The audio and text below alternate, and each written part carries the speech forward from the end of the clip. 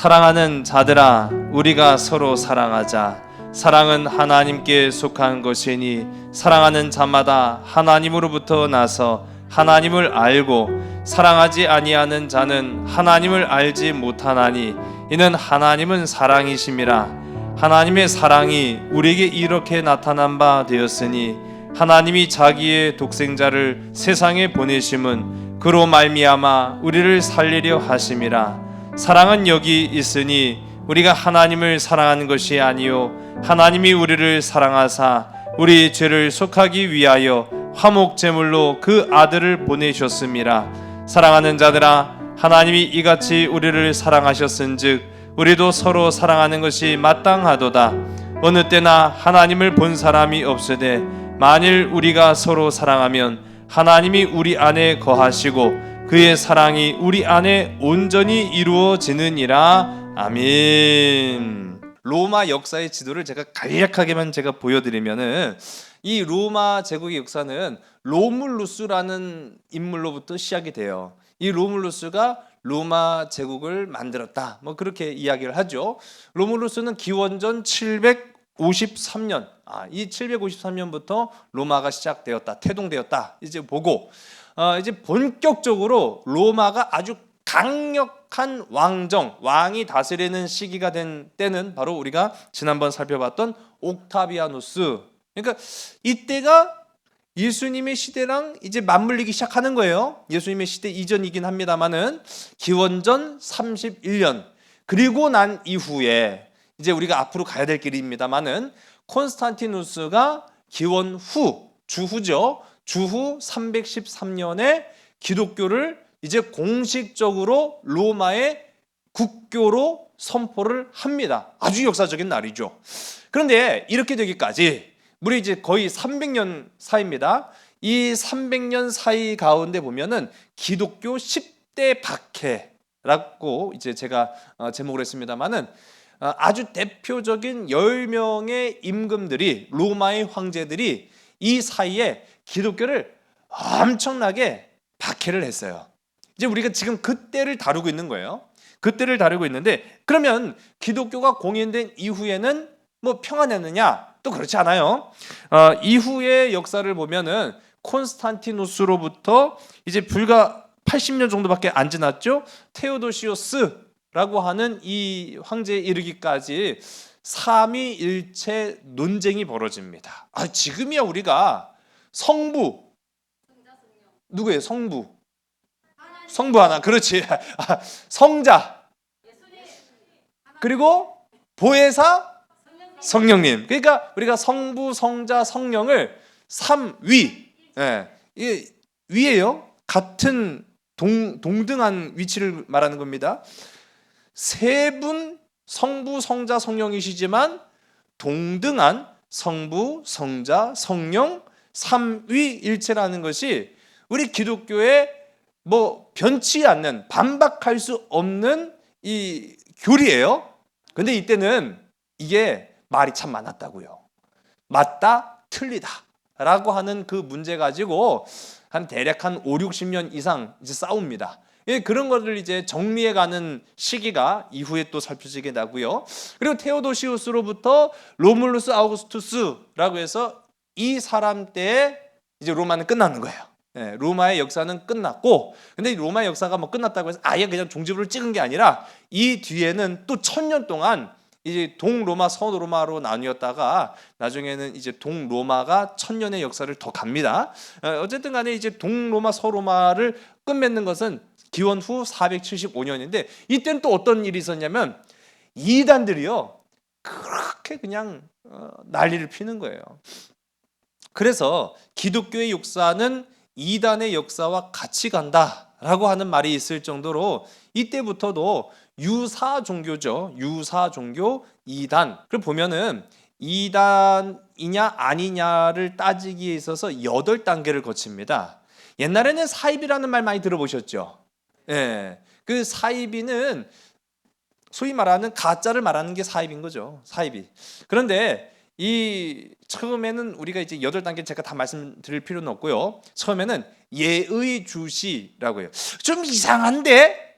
저 집단이 조금 이상한데라고 하면은 이제 교단에서 저 집단을 예의주시하시오라고 합니다. 그리고 나서는 접촉하지 마시오. 그리고 나서는 좀 더 가다가 좀 이상한데 저 집단은 가짜인 것 같은데 사이비인 것 같다라고 하고 최종적으로 하는 말이 바로 이단입니다. 그러니까 이단으로 한 번에 규정 짓는 게 아니라 요즘은 이 8단계를 거쳐가요. 그때에도 이 당시에도 거의 이제 100년 가까이죠. 100년 가까이 이단들이 아주 그냥 그 로마 안에서 아주 득실득실했어요. 그런 부분들이 이전에는 기독교가 박해받아서 문제인데 그 이후에는 기독교가 공인되고 나니까 가짜들이 판을 쳐서 좀 문제가 되는 그런 역사들을 이제 앞으로 좀 살펴보게 될 겁니다. 그에 있어서 제가 아까 전에 말씀드렸죠. 지금 우리가 다루는 부분은요. 옥타비아누스와 콘스탄티누스 사이에 기독교 10대 박해 부분을 다루고 있는데 이제 우리가 절반 완 거예요. 예, 절반 왔어요. 참 로마 역사가 굉장히 많기 때문입니다. 이 절반, 이 중간쯤 해당하는 그런 기독교를 박해했던 임금들 중에 대표적으로 이 대표적이었던 그 인물들 중간에 해당하는 사람이 오늘 우리가 함께 볼 사람입니다. 셉티미우스 세베루스. 예. 이 20번째 로마의 황제죠. 이 사람에 관해서 오늘 좀 중점적으로 다루려고 하는데 왜 그렇게 힘도 없고 연약한 별것도 아니고 어떻게 보면 별것도 아닌 사람들로 취급했죠. 기독교를 그 왜 박해할까요? 이전 시간에도 제가 잠깐 간략하게 말씀드렸습니다만은 아니 로마 왜 기독교 박해할까요? 뭐 총칼로 무장한 애들도 아니에요. 그렇다고 해서 뭐 대단한 뭐 권세를 누리려고 욕망에 그 막 눈을 키고 있는 사람 집단들도 아니잖아요. 근데 왜 기독교를 그렇게 박해할까요? 황제를 섬기죠. 중요한 부분 한 가지 말씀하셨어요. 네, 황제를 섬기지 않았다라는 게 미운 가시가 박힌 이유 중에 하나죠. 또 왜 기독교를 박해할까요? 근데 그거는 표면적인 근거는 돼요. 표면적인 근거는 되는데 아주 근본적인 근거는 아니었어요. 왜 황제들이 이토록 기독교를 박해했느냐라고 하는 데는요, 정치적인 이유가 가장 컸어요. 여러분, 지금 이 시기가 이 옥타비아누스로부터 콘스탄틴에 이르기까지의 시기가 굉장히 로마가 잘 살긴 했습니다만은 잘 살면서도 우리가 지금까지 살펴봤지만은 굉장히 잘 사는데 그 안에는 뭐가 가득했어요? 평안이 가득했어요? 불안이 가득했어요? 그렇죠. 불안이 가득했단 말이에요. 굉장히 잘 사는 나라예요. 그런데 그 안을 깊숙이 들여다보면은 황제로부터 저 비천한 노예에 이르기까지 그 삶에 평온이 없고 불안과 염려와 근심과 걱정이 가득했단 말이죠. 그런 가운데 황제가 권력을 강력하게 유지하기 위해서는 많은 이유들이 있어야 합니다만은 한 가지는 그들의 불안감을 이용하는 거예요. 그래서 정치는요, 언제든지 국민과 백성들의 불안감을 조성하는데 정치가 강력한 힘을 발휘합니다. 제가 이거는 편집할 수 있는 내용이지만은 요즘 코로나 시국이 어떻게 보면 정치인들한테는 가장 좋은 무기일 수도 있어요. 코로나 하면은 아니 사람들이 겁먹거든요, 사실. 그리고 또 코로나로 불안감을 조성하면 또 말을 또 잘 들어요. 똑같은 이치예요. 기독교가 우리 로마를 전복시킬 수 있다. 우리를 근본적으로 파괴시킬 수 있다라고 불안감을 조성해 놓으면은 로마 사람들이요, 황제 말을 잘 따를까요? 따르지 않을까요? 겁나게 잘 따르는 거죠. 네. 기독교를 박해해야만 우리가 산다. 기독교를 없애면 우리가 강력한 제국이 된다라고 하면 사람들은요, 황제의 말 앞에 넙죽 엎드리게 된다라는 사실입니다. 그러니까 이 전통적으로 로마의 황제들은요, 아주 정치적으로 기독교 박해를 사용해 왔다라는 것이죠. 또 특히 이 정통성, 옥타비아누스로부터 시작해서 피에 연연하고 집착했다, 지난번에 말씀을 드렸는데, 그런데 중간에 황제의 대가 딱 끊어져 버려요.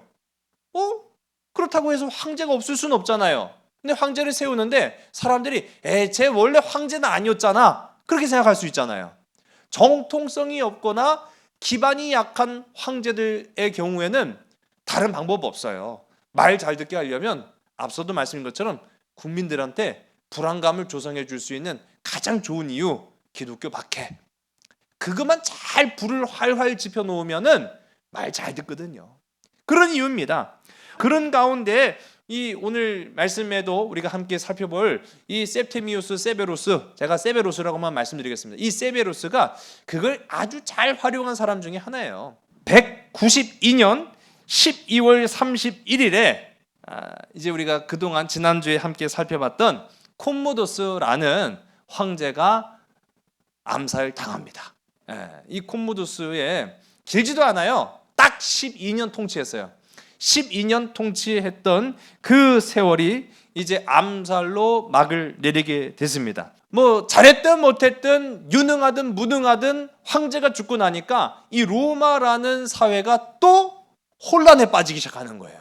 이 혼란에 빠진 이 사회에 자, 과연 누가 황제의 칼을 뺄 것이냐? 자, 먼저 뺀 사람 유리합니까? 불리합니까? 이젠 잘 아시네요. 먼저 칼 뺀 사람이 불리합니다. 자, 그런데 그 칼을 뺀 사람이 있어요. 페르티낙스. 생긴 거 보니까 장군감이죠. 맞아, 장군이에요. 군인입니다. 이 군인 출신이었던 페르티낙스는 칼을 빼고 싶어서 뺀 게 아니라 언제나 그래요. 첫 번째 칼을 뺀 사람은 자기 의지와 상관없이 칼을 빼게끔 만들어. 누가 칼을 빼놓고 주니까 못해. 군인이잖아요. 황제는 일단 없고, 그러니까 그 군인들이 당신이 황제 하십시오 라고 막 이렇게 막 여론을 몰아가는데, 이게 또 사람이 또 아니요, 난 황제감이 아니요, 또 그렇기가 또 이게 이 남자가 그렇죠? 또 그런 체면은 없어야 되는데 난 아니요, 난 황제감 아니요 그렇게 했으면 되었을 것을 이 페르티낙스가 보시는 것처럼 이렇게 우락부락한 이 외모를 가지고 있다 보니까 또 우락부락한 성격이었던 것 같아요. 그래서 하지 그래가지고 칼을 빼 들었어요. 이 사람이요, 대단한 사람입니다. 이 사람은 자수성가한 사람이에요. 해방 노예 출신이면서도 집정관도 했고, 또 이 군인 장군으로서도 혁혁한 공을 세웠던 사람이 바로 이 페르티낙스라는 사람인데요. 어쨌든 뭐 결과적으로 가장 먼저 칼을 뺀 사람은 가장 먼저 사라진다라는 그 원칙과 마찬가지로, 자, 여기 보시는 이 86 뭘까요? 그렇죠. 86일 동안 다스렸습니다. 참 86일 동안의 그 통치를 끝으로 암살을 당해요. 참 안타까워요. 참 이 외모상으로는 진짜 황제감인데, 장군감 황제감인데, 그 뒤를 이어서 율리아누스라는 사람이 황제가 됩니다. 자, 65는 이제 감 잡으셨죠? 더 불쌍한 사람이에요. 자, 근데 이 율리아누스는 앞선 이 페르티낙스보다는 좀 더 그래도 좀 뭔가 좀 갖춘 것 같기도 하고 좀 그래 보이죠? 이 사람은 어떻게 왕이 됐을까요? 팔이 다쳤나? 팔 다친 건 아닙니다. 아픈 척해서 왕 된 건 아니고요. 이 사람은 돈 주고 황제 된 사람이에요. 이 페르티낙스를 암살한 이 세력들이 있어요. 이 페르티낙스를 암살한 세력들에게 돈을 주고 승낙받아서 황제가 된 사람이 율리아누스입니다. 그러니 조금 이 면이 좀 쓰지 않죠? 그러다 보니까 면이 쓰지 않을 뿐만 아니라 이게 소문이 나면 안 되는데 그만 소문이 나버렸어. 그러니까 이제 돈 주고 황제 된 사람이랴. 그러니까 소문이 흉흉하기 시작한 거예요. 자, 이 율리아누스가 부정직한 방법으로 황제 자리에 오르자 이제 문제는 걷잡을 수 없이 커지기 시작합니다. 무능력하고 무자격자가 황제가 된 거잖아요. 그러니까 그 주변에 얼마나 능력 많은 사람, 얼마나 힘 있는 사람, 얼마나 권력 있는 사람들이 있었겠습니까? 그러니까 도처에 널려있는 능력 좀 있다고 하는, 또 권력 좀 있다고 하는, 돈 좀 있다고 하는 사람들이 너도 나도 할 것 없이 그럼 내가 왕하지 뭐. 저놈이 왕할 파에는 내가 왕하는 게 낫다. 싶어가지고 여기저기서 왕하겠다고 자처하는 사람들이 나타나는 거예요. 그 중에 이제 먼저 시리아의 총독인 니게르라는 사람이 내가 황제다라고 한 거예요. 여러분 시리아 지역이 굉장히 넓습니다. 그러니까 그 시리아 지역을 다스리는 총괄했던 이 총독이 내가 황제다라고 하니까 주변에서는 하시라고 또 그렇게 된 거예요. 또 저 위쪽에 이 브리타니아, 이 로마 제국에 좀 많이 나오는 언급되는 나라입니다. 브리타니아 어느 나라죠? 영국, 영국이에요. 그 영국을 중심으로 하고 있는 이 갈리아 지방에 이 알바누스라는 사람이 내가 황제다, 내가 황제. 또 그렇게 나선 거예요. 그러니까 또 주변에서 하시라고. 참 주변에 있는 사람들 일 잘해요. 하지 말라고 했으면 좋았을 텐데 하시라고 그렇게 된 거예요. 그러다가 이제 가장 강력한 이 황제 후보 중에 한 사람이 등장합니다. 그 사람이 바로 어떤 사람이냐? 방금 말씀드렸던 세베루스. 자, 이 셉티미우스, 이름도 길어요. 그러니까 저한테 개 중에는 전에 누구였죠? 라고 물어보면 제가 확실하게 대답을 못 해드릴 수도 있습니다. 이름이 워낙 많이 등장했기 때문에 확실한 몇 사람 빼놓고는 그 사람이 누구였더라 하는 생각이 저도 있어요. 그러니까 뭐 저한테 긴히 뭐 물어볼 일이 있으면은 한 3박 4일 전에 미리 물어보시면은 제가 다 찾아놓을게요. 그러지 않고는 저도 몰라요. 자, 어쨌든 셉티미우스 세베루스도 이 강력한 황제 후보였는데 이 사람이 어느 지역에 있었느냐라고 하면 자, 여기가 보시면은 로마입니다. 아까 말씀드렸던 이 니게르라고 하는 사람은요, 이쪽 건너편에 있어요. 이쪽 시리아 지역. 그리고 알비누스는 이쪽 영국, 여기가 영국인데 잘렸어요. 이 영국 지역. 이 판노니아라는 평원이 있습니다. 지금으로 따지면 헝가리 지역인데요, 유럽이죠. 이 판노니아라는 평원이요, 굉장히 평평한 곳이에요. 뭐가 많을까요? 곡식이 많이 나겠죠. 평원 하는 것처럼 이제 이 평야지대이기 때문에 곡창지대라고 부를 수 있어요. 그러니까 여기가 좀 사는 데예요. 사는데 이 판노니아 지역을 총괄하는 총독이었던 이 셉티미우스 세베루스가 16개 군단의 지지를 받아서 대단한 거예요. 뭐 로마가 그렇게 많은 군단을 가지고 있지 않습니다. 생각보다. 그런데 그 중에 절반 이상이 되는 16개 군단의 지지를 받아서 황제로 추대됩니다. 그러니까 이 세베루스도 그래 나도 황제다. 근데 내가 황제하겠다. 그렇게 해갖고 진격을 해오는 거예요. 이 상황에서 제일 똥줄 타는 사람이 누굴까요? 율리아누스. 이 율리아누스가 제일 똥줄 타는 거예요. 다른 애들은 능력도 있고 권세도 있고 힘도 있고 군대도 있고 한 사람들이 너도 나도 할 거 없이 그것도 한두 명도 아니고 무려 3명이나 내가 황제다라고 해갖고 로마를 향해 오는 거예요. 그러니까 돈만 있었던 것 같아요. 어쨌든 그러니까 돈만 있었던 이 돈 주고 황제된 율리아누스가 발을 동동 구르는 거예요. 이거 어떻게 하지? 라고 생각해보다가 안 되겠다. 그 중에 가장 강력한 이 황제 후보였던 세베루스 어떻게 했을까요? 죽이자. 자객을 보냅니다. 그런데 죽었어요. 자객이 죽었어요. 보내는 족족 죽어요. 그러니까 이거는 죽일 놈이 아니다. 살리자. 그래서 방식을 완전히 바꿉니다. 사절단을 보내요. 우리 공동 황제 할래? 전에는 자객을 보냈던 놈이 이제는 공동 황제 할래? 라고 율리아누스가 이 세베루스를 회유합니다. 자, 세베루스 입장에서는 오케이 해야겠죠. 그렇죠. 아니 그거 뭐 로마가 얼마나 크다고 그거를 나눠 먹을 생각이 조금도 없었어요. 그래서 세베루스는 이 율리아누스의 자객도 죽였고 사절단도 죽이고 뭐 할 것 없이 네 말은 안 들어 하고 계속 진격해 옵니다. 자, 그런 이 율리아누스만 똥줄 탄 게 아니라 율리아누스만 위태로운 게 아니었어요. 이 세베루스가 그런 식으로 로마를 입성하게 되면은 로마가 쑥대밭이 됩니다. 사실상 그 밑에 있던 원로원들, 귀족들이죠. 그 귀족들도 니들도 같은 편이지? 그렇게 되는 상황이에요. 그러니까 원로원들이 우리는 살아야 되지 않을까라는 생각에 어떤 결정을 내릴까요? 아니죠. 율리아누스를 사형시켜 버립니다.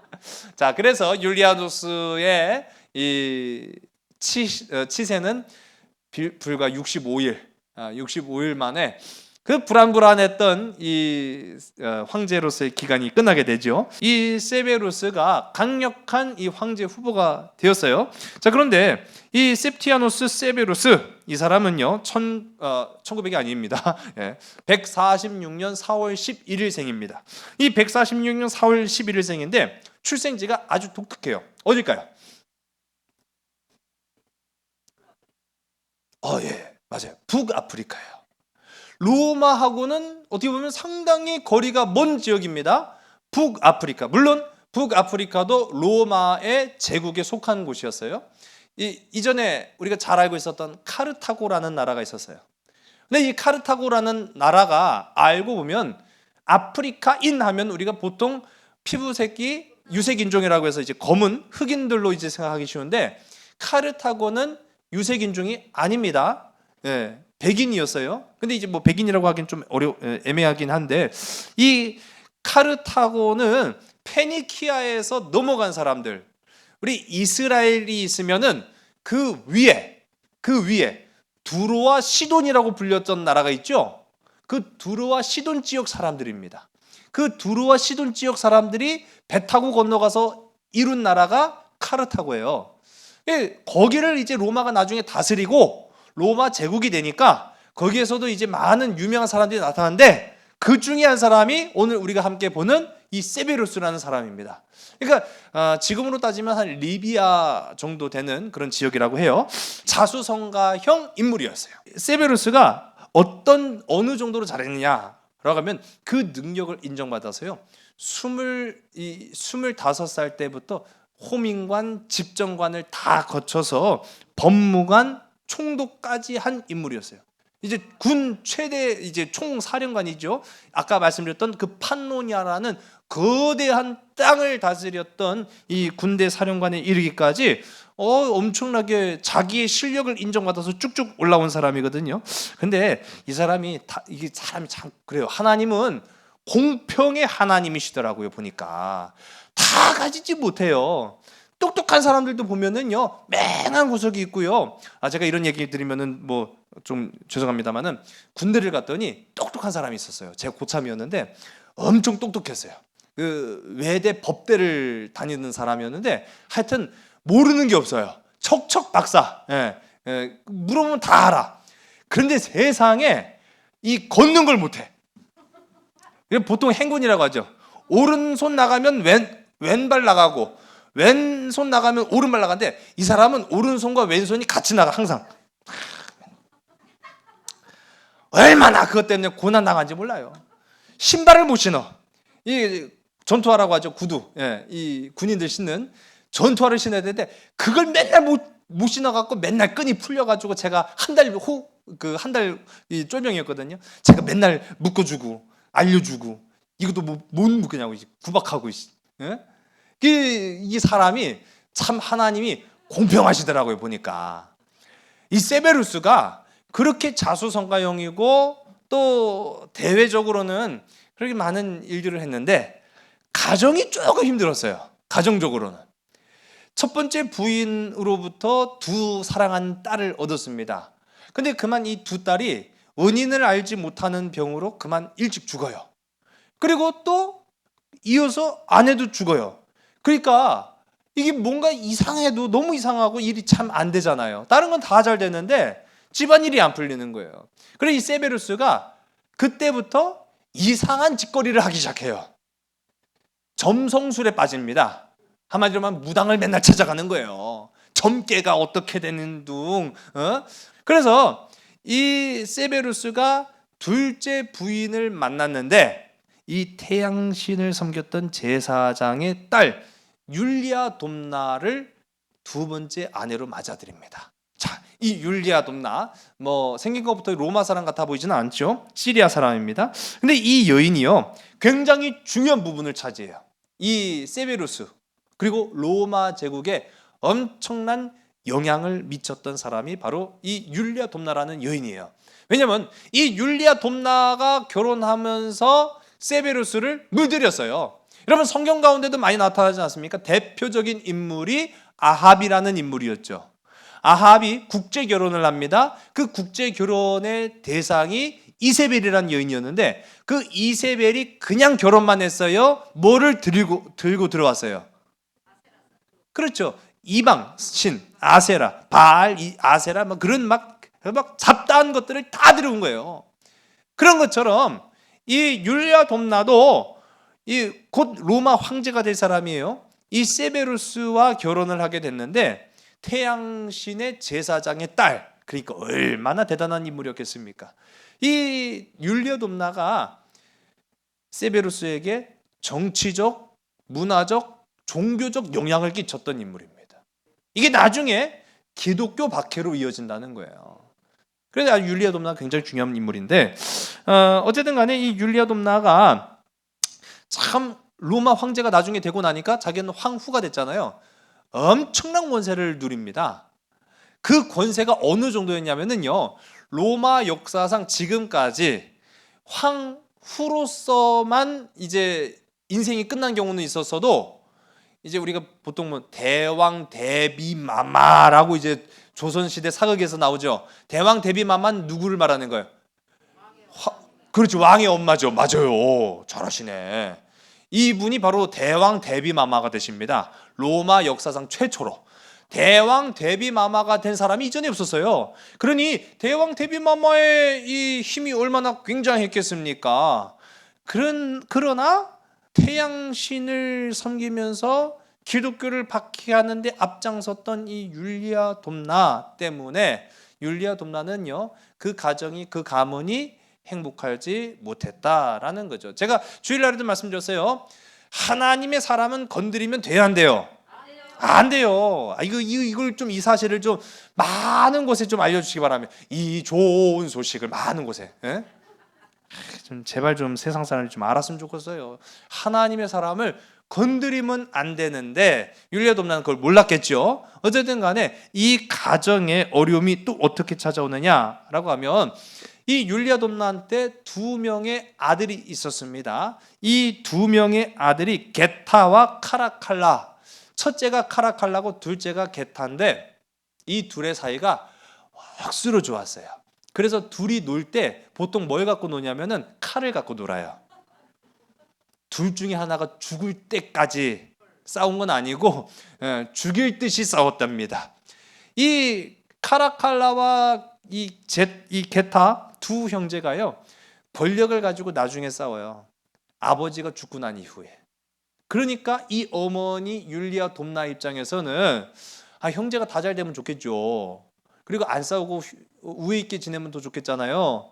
그런데 그렇게 죽일 듯이 싸우니까 얼마나 불안하겠어요. 그런데 일이 터지고야 말았어요.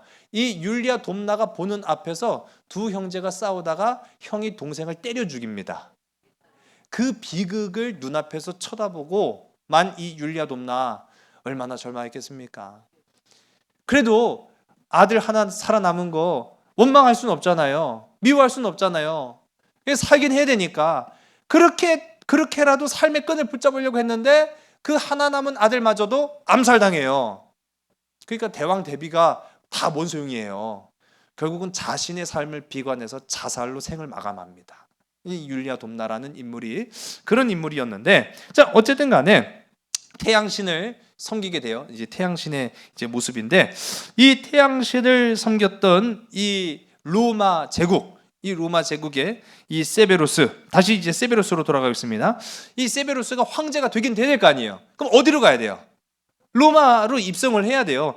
로마로 입성을 하자 이 로마는요 완전히 이제 세베루스의 세상이 되고 맙니다. 그래서 세베루스가 제일 먼저 한 일이 원로원을 장악을 했어요. 원로원을 딱 장악을 했는데, 원로원들이 이렇게 모여있는 동그란 그 회의실 같은 공간이 있어요. 거기에 이 세베루스가 그냥 들어간 게 아니라, 그냥 들어가지 않았겠죠? 어떻게 하고 들어갔을까요? 군대를 데리고 갑니다. 군대를 쫙 데리고 가갖고 나는 민주적이야. 뭐 그런 얘기는 안 했겠죠. 근데 어쨌든 그런 식이에요. 나는 민주적이야. 나는 막 그렇게 막 우격다짐으로 하는 거, 나 그런 거 별로 안 좋아해. 나는 평화적으로 물어볼게. 나를 황제로 반대하는 사람만 손 들어봐. 손 들어야 돼요, 들어야 돼요. 참 똑똑한 분들이시네. 아마 그 자리에 있었으면 다 살아남으셨을 거예요. 안 들어야죠. 그렇게 물어보는 거는 들지 말란 얘기지. 41명이 손을 들어요. 그 자리에서 죽임을 당합니다. 자, 그러니까 세베루스가 또 물어봐요. 자, 또 물어볼게. 내가 황제 됐는데 싫어하는 사람. 자, 싫다. 자, 손 들어. 들어야 돼요, 들어야 돼요. 우리 안고사님 이거 손 들려고 하신 거예요, 이렇게? 여기 만지신 것 같은데? 여기까지 손이 올라오시면 안 돼요. 고사님 여기 손이 올라오면 큰일 나요. 예, 위험해요, 위험해. 예, 큰일 난다니까요. 그러면은 오해받아요. 41명이 죽고 나니까 아무도 손을 안 들어요. 야, 만장일치네. 자, 내가 황제다. 자, 세베루스는요 철권 통치를 하기 시작합니다. 그리고 나서 이제 어떻게 해야 될까요? 라이벌들을 없애야죠. 아까 전에 속국들에서 아주 쟁쟁한 인물들이 나타났다라고 말씀드렸죠. 먼저는 시리아의 총독 니게르라는 이 사람이 가장 불안한 요소 중에 하나였어요. 그래서 이 니게르를 제거합니다. 니게르를 제거하려고 하는데 좀 강력하거든요. 그리고 가만 보니까 지금 어떻게 보면 니게르보다 세베루스가 한 발 앞서간 건 사실이에요. 니게르 입장에서는 야, 괜히 황제한다고 했다가 큰일 났네 이거. 골치 아프게 생겼네. 그래서 니게르가 세베루스한테 손을 내밀어요. 우리 그냥 이렇게 하지 말고 공동 황제 합시다. 우리 역사를 보니까 옛날부터 공동 황제가 많이 있지 않았어요. 자, 우리 아시죠? 우리 이전에 마르크스 아우렐리우스 때부터 공동 황제의 역사를 보여줬잖아요. 그러니까 이후에도 그런 사례가 많이 있거든요. 야, 우리 이러지 말고 우리 공동 황제 합시다. 자, 그렇게 제안을 했어요. 평화적 제안을 했어요. 자, 세베루스는 오케이. 안 했겠죠. 그렇죠. 아니, 그걸 왜 나눠 먹어? 내가 다 가졌는데. 제안을 거절을 해요. 그리고 전쟁을 하기 시작한 거죠. 자, 두 차례의 전쟁을 펼쳤는데 이게 뭐 수적 싸움이 되지 않습니다. 아까도 말씀드렸지만 세베루스는 16개 군단을 거느렸어요. 16개 군단의 지지를 받았는데 반면에 이 니게르라는 이 장군은요 불과 6개 군단밖에 가지고 있지 않았어요. 2만 명이 죽고 전쟁에 패하게 됩니다. 그리고 니게르는 도망을 쳤는데 결국에는 붙잡혀서 참수당해요. 그 비참하게 이제 생을 마감했어요. 자, 이제 또 하나 남았어요. 알비누스라고 저 브리타니아를 중심으로 해서 내가 왕이다 라고 한 사람이 있어요. 그런데 이 세베루스가 머리가 잘 돌아가요. 한 번에 2명을 상대할 수 있을까요? 그렇죠, 없죠. 이게 내가 아무리 힘이 세다 하더라도 뭐 한두 사람도 아니고 제국과 제국 간의 그 전쟁을 펼치는 가운데 두 나라를 한꺼번에 상대할 수 있겠습니까? 그게 안 돼요. 그러니까 세베루스가 먼저 알비누스한테 네가 카이사를 해라. 내가 너한테 공동 황제를 할 수 있게끔 나중에 힘을 실어줄게. 약속을 해요. 그러니까 알비누스가 오케이 하면 안 되죠. 내가 너를 어떻게 믿어? 그렇게 의심해봤어야 되는 거 아니에요? 네, 알비누스가 좀 순진해. 정말? 그래가지고 기다렸어요. 그때를. 그랬더니 니게르가 죽었대. 그리고 세베루스가 자기한테 오는데 칼 들고 온대. 그래서 싸운 거예요. 자기를 안심시켜 놓고 이 세베루스가 원론한테 압박을 가합니다. 자, 이제 할 일은 별거 아니야. 니들이 이제 뉴스를 이제 전하면 돼. 어떤 뉴스냐? 알비누스는 우리 로마의 공공의 적이다 라는 말만 해주면 돼. 그럼 뭐가 돼요? 근거가 되는 거죠. 싸울 명분을 만들어주는 거예요. 싸울 명분을 딱 그렇게 만들어주니까 이제는 뭐 달리 방법이 없어요. 알비누스도 이 세비루스와 전쟁을 펼칩니다. 그러나 게임이 될 리가 없겠죠. 결국은 이제 알비누스도 죽음으로써 이제 생을 마감을 해요. 결국 이렇게 해서 이 로마는 세베루스의 손에 들어가고 맙니다. 자, 이 역사학자 이 에드워드 기본이라는 영국의 역사학자가 있거든요. 이 사람이 로마 세망사, 이 로마가 이제 망해져가는 과정을 이제 다룬 책인데 6권짜리 책이에요. 근데 이 책에 보면은 에드워드 기본이 이렇게 이야기를 합니다. 로마라는 제국은 콤모두스의 때부터 망하기 시작했다라고 이야기를 해요. 물론 콤모두스는 그런 생각하지는 않겠죠. 나 때문에 그런 건 아니에요라고 생각했을지 몰라요. 로마는 콤모두스 때부터 망하기 시작했다. 왜 그랬을까요? 콤모두스 때까지는 그래도 정통성이라는 게 있었어요. 신의라는 게 있었어요. 주인과 신하 간에 그런 절대적인 충성과 순종의 관계가 있었는데 콤모두스 때 이후로부터 그게 없어진 겁니다. 자, 아까 전에 제가 말씀드렸어요. 콤모두스가 잘했든 못했든 12년을 통치했다고 말씀드렸잖아요. 86일 다스린 사람도 있고 65일 다스린 사람도 있고 나중엔 15일 다스린 사람도 나타나요. 그런데 그렇게 많이 못 다스렸습니다. 평균 4년이라고 제가 말씀드렸죠. 평균 4년밖에 못 다스렸던 이 로마 제국에 그 무능한 콤모두스가 12년 동안이나 로마를 통치할 수 있었던 까닭은 바로 약속 때문이었어요. 어떤 약속이냐? 그 아버지 선대 마르크스 아우렐리우스가 군대와 충성 서약을 맺어요. 군대는 절대적으로 황제에게 복종한다. 군대는 절대적으로 황제의 생명을 위해서 헌신한다 라는 그런 약속을 맺어요.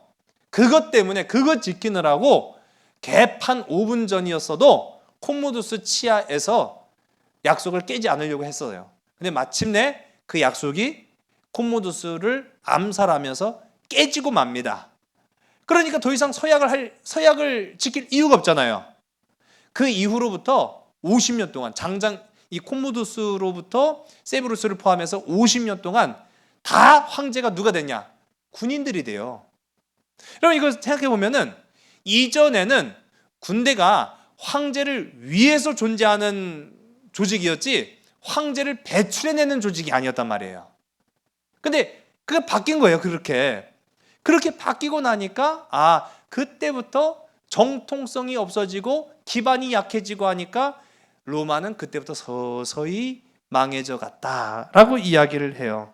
그런 상황 속에서 이 세베루스가 로마를 통치합니다. 그러니 이 세베루스가 할 수 있는 방법이 몇 가지 안 되는 거예요. 그 중에 하나는 군대를 신뢰하는 거예요. 물론 자기도 군인 출신이지만 군대에게 힘을 실어주는 거죠. 왜? 내 힘의 절대적 기반이 되거든요. 그러다 보니까 군대를 원로원보다 더 높이 치켜 세웁니다. 원로원은 불만이 많았겠죠. 또 군대도 뭐 때문에 충성했을까요? 그렇죠. 군대도 돈을 주니까 충성을 하는 거예요. 그러니 이 세베루스 입장에서도 자신이 권력을 유지하는 것 자체가 굉장히 불안할 수밖에 없었다는 겁니다. 그런 와중에 이도저도 해다가 안 되니까 눈을 돌린 것이 바로 무엇이었을까요? 기독교 박해입니다. 이렇게도 해보고 저렇게도 해보고 권력 유지를 위해서 길을 썼는데 이제 내가 할 수 있는 거는 기독교 박해가 있구나 라고 생각하니까 이 세베루스가 기독교를 열심히 박해해요. 태양신 숭배를 강조합니다. 그게 202년에 태양신 숭배를 강조하는 칙령을 내려요. 이게 초대 기독교 역사에 어떻게 보면 중요한 부분을 차지합니다. 어떤 중요한 부분이었냐면 이전에는 기독교인들을 박해를 해요. 근데 어떻게 박해를 했느냐? 보통 기독교인들이 유대인들이 많을까요? 로마인들이 많을까요? 그렇죠. 유대인들이 더 많았겠죠. 유대인 출신의 기독교인들. 그러면 이 기독교를 박해한다는 것은 곧 유대인들을 박해한다는 의미가 되거든요. 설령 가끔 로마 사람들이 있어요. 그렇다고 해도 유대인들만큼 아주 세게 처벌하기는 어렵습니다. 지난 사도행전 때도 함께 살펴봤습니다마는 사도 바울이 뭐라는 근거가 있어요. 그렇죠. 로마 시민권 맞습니다. 로마 시민권은 함부로 다룰 수가 없거든요. 그러니까 설령 기독교인들이 개중에 몇몇 있어도 로마 시민권이라는 것 때문에 그렇게 심하게 하진 않았거든요. 근데 이 세베루스 때부터 그게 바뀌는 거예요. 기독교로 개중한 사람들까지 다 죽이는 거예요. 그러니까 거기에는 로마인들도 포함이 되는 거예요. 무조건 태양신을 섬기지 않으면 니들은 다 죽는다. 이렇게 공포심을 조성하게 됩니다. 철저하게 탄압을 한 거죠. 그 가운데 우리가 이제 초대 기독교 역사 가운데 아주 중요한 부분을 차지하는 한 인물이 있어요. 그게 바로 이레니우스라는 교부입니다. 이레니우스가 이때 순교를 해요. 아주 중요한 부분을 차지하는 분인데 이분은 나중에 제가 다시 한번 다루도록 하겠습니다. 이 세베루스의 끊임없는 철권 통치, 공포 통치, 그렇게 권력을 유지하려고 세베루스가 기를 쓰고 애를 썼는데 문제는 어디에서부터 무너지기 시작했느냐? 바깥이 아니라 안에서 무너진 거예요. 아까 제가 다 말씀드렸는데 뭐가 잘 안 됐어요? 집안일이 잘 안 된 거예요. 바깥 일은 잘 됐는데 내부 사정이 좋지 않았던 거죠.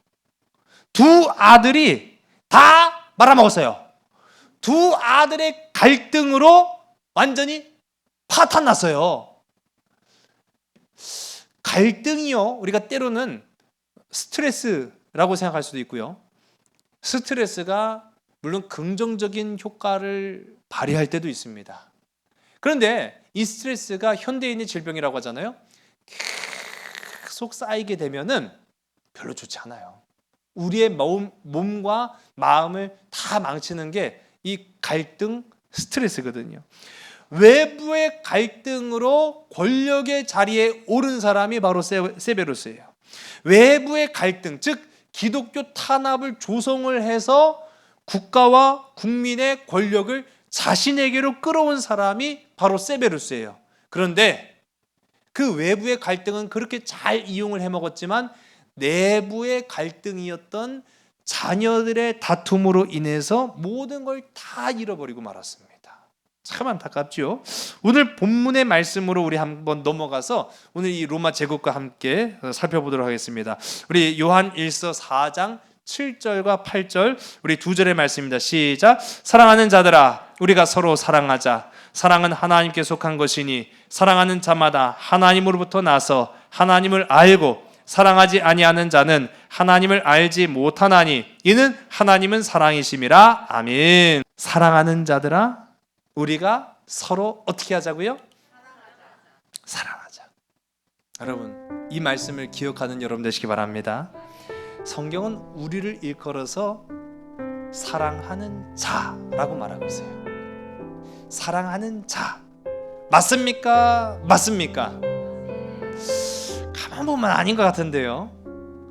미워하는 자가 우리 아니에요? 원망하는 자가 우리 아니에요? 시기하는 자가 우리 아니에요? 아니시길 간절히 소원합니다. 근데 우리 가만 보면은요, 우리가 미워하는 자 나의 모습 발견하죠. 원망하는 나의 모습을 발견합니다. 시기하는 나의 모습을 발견합니다. 분노하는 나의 모습을 발견합니다. 근데 어떻게 보면은 오늘 이 말씀이 분노하는 자야 사랑해라 그게 맞는 것 같잖아요. 시기하는 자여 너는 사랑해라 그게 맞는 것 같잖아요. 그게 어떻게 보면 더 현실적이죠. 우리가 그렇게 사랑이 충만하냐고요? 우리가 그렇게 늘 사랑하냐고요? 아니잖아요. 미워하고 시기하고 원망하고 질투하고 분노하고 얼마나 세상에 대해서 삐딱한 시선으로 그렇게 살아갑니까? 오히려 그런 우리한테 야 미워하는 자야 원망하는 자야 너 시기하는 자야 너 사랑해라 그렇게 해야 맞는 말인 것 같은데 성경은 우리에게 일컬어 말하기를 사랑하는 자야 라고 말하고 있어요. 마치 우리 안에 처음부터 사랑이라는 기능이 있었던 것처럼 그렇게 말씀하고 있어요. 사랑하는 자야 너는 사랑해라 라고 말하고 있는 것이죠. 우리는 사랑하도록 지음받은 존재인 줄로 믿으시는 여러분 되시기 바랍니다. 사랑하도록 지음받은 존재이기 때문이라는 거예요. 여러분 오늘 본문의 말씀이 말하고 있습니다. 하나님은 어떤 분이시다? 그렇죠. 하나님은 사랑이시다라고 말하고 있어요. 하나님을 한마디로 정의하면 사랑입니다. 사랑. 그리고 하나님은 사랑이실 뿐만 아니라 우리가 그 하나님께 속한 자라고 성경은 말하고 있어요. 우리 단순히 창세기를 통해서 하나님의 형상을 따라 지음받았다라고 해서 외모만 그런 것이 아니라는 사실이에요. 우리 안에는요, 사랑의 기능이 원래 탑재되어 있었다라는 거죠. 원래 지어졌다는 거예요. 그것이 분노로 덮였기 때문에, 그것이 시기와 원망과 질투로 덮였기 때문에 빛을 발하지 못한 것 뿐입니다. 오늘 사랑을 발견하는 저와 여러분 되길 간절히 소원합니다. 우리 사랑하는 존재예요. 세베루스는 그 말년이 굉장히 비참했습니다. 이 사람이요, 통풍을 앓았어요. 통풍을 앓다 보니까 걸을 수조차 없어서 항상 가마를 타고 다녔다고 해요. 이 가마를 타고 다니는데, 여러분 생각해 보세요. 사람이 멀쩡하게 자기 두 발로 걸어 다녀야 저 사람 멀쩡하구나, 뭐 그런 생각도 하겠죠. 그런데 이 사람은 발이 땅에 닿는 적이 없어. 늘 어디를 가도 가마를 타고 다니니까 저거 다 된 거 아니요? 이제 그렇게 생각한 거죠. 그것 더군다나 자기를 막 호시탐탐 노리고 있는 그 원로원들, 적대자들 입장에서는 저거 이제 다 됐구먼, 이 발로 걷지도 못하네, 이제 그런 지경에 이르니까 야, 저거 다 됐나 보다, 그런 소문이 막 파다하게 퍼지다 보니까 그 소문이 자기 귀까지 들어간 거예요. 야, 세베루스 다 됐디야, 발로 걷지도 못한디야. 그런 얘기가 나오니까 세베루스가 한 아주 유명한 말이 있습니다. 머리로 하지 발로 하냐. 야, 통치를 머리로 하지 그 발로 하냐? 그렇게 이야기를 했다는 거예요. 아주 유명한 표현이죠. 그러면서도 이 세베루스가 마지막에 두 아들이 싸우는 것을 보면서 죽었다니까요. 두 아들이 싸우는 걸 보면서 죽으면서 야, 이제 와서 생각해 보니까 다 헛것이로구나 라고 하며 눈을 감았다고 합니다. 여러분, 반대로 우리 그리스도인들, 반대로 그 당시 핍박받았던 그리스도인들, 그 중에서도, 그 핍박 중에서도 그들은요 고백을 했어요. 사랑을 고백했는 줄 믿으시기 바랍니다. 뭐라고 고백했을까요? 우리 한번 따라볼까요? 사랑을 머리로 하냐, 손과 발로 하지. 여러분, 그렇게 되기를 주의 이름으로 간절히 소원합니다. 아니, 맞는 말 아니에요? 머리로 하는 게 사랑입니까? 아니죠. 동상이몽일 수 있어요. 나는 사랑한다고 생각하지만 손과 발이 움직이지 않으면 그 사랑은 사랑이 아닐 수 있어요. 사랑은 손과 발로 하는 겁니다. 사랑은 온몸으로 하는 것입니다. 결속이라고 하는 것은요, 결코 힘으로 이루어지지 않습니다. 강력한 힘으로 그거를 막 하나로 뭉치려고 하면은 오히려 어긋나서 파괴되고 말아요. 결속은요, 조화로울 때 결속이 이루어지는 거예요. 결속은 사랑으로 이루어진다라는 거죠. 우리 그리스도인들의 삶이 사랑으로 조화롭게 이루어지는 삶 되기를 주의 이름으로 간절히 소원합니다. 오늘 본문의 말씀에 그 비결을 다 말씀하고 있어요. 요한일서 4장 9절의 말씀, 9절부터 11절까지 말씀 함께 있으면 시작. 하나님의 사랑이 우리에게 이렇게 나타난 바 되었으니 하나님이 자기의 독생자를 세상에 보내심은 그로 말미암아 우리를 살리려 하심이라. 사랑은 여기 있으니 우리가 하나님을 사랑하는 것이 아니요 하나님이 우리를 사랑하사 우리 죄를 속하기 위하여 화목제물로 그 아들을 보내셨음이라. 사랑하는 자들아, 하나님이 이같이 우리를 사랑하셨은즉 우리도 서로 사랑하는 것이 마땅하도다. 아멘. 우리를 사랑하셔서 어떻게 하셨다고요? 그 아들 독생자를 통째로 보내주신 거예요. 우리 주님은요, 단순히 머리로 사랑하신 게 아니었어요. 우리 주님은 생각으로 사랑하신 게 아니었어요. 우리 주님은 손과 발로만 사랑하신 게 아니라 그 아들을 통째로 내어주셨다고요. 여러분, 우리 자신을 통째로 내어주는 것이 하나님의 사랑입니다. 그렇게 되길 간절히 소원합니다. 강림절은요, 우리에게 통째로 오신 예수 그리스도를 기다리는 거예요. 주님의 손만 기다리는 게 아니라, 주님의 마음만 기다리는 게 아니라 전부가 되어서 우리에게 오신 주님을 기다리는 거예요. 우리를 사랑하셔서 우리를 위하여 독생자를 희생 제물로 보내신 하나님의 그 크신 사랑, 그것이 그리스도인들을 결속하게 만들었고 견뎌내도록 만들었고 온전하게 하도록 만들었다라는 사실입니다. 오늘 우리 삼성교회 우리 모든 믿음의 백성들도 사랑으로 하나 되고 사랑으로 견뎌내고 사랑으로 온전하여지는 저와 여러분 우리 모두가 되기를 주의 이름 간절히 소원합니다. 기도하시겠습니다. 사랑의 아버지 하나님, 사랑으로 하나 되기를 간절히 소원합니다. 오늘 이 세상을 살아가는 우리에게도 사랑이 이 땅을 살 수 있는 삶의 비결이 되게 하여 주시옵소서. 사랑이 이 세상을 이기는 승리의 원동력 되게 하여 주시옵소서. 모든 것을 주께 온전히 의탁하오며 참사랑 되시는 예수 그리스도의 이름으로 감사하며 간절히 기도드렸사옵나이다. 아멘.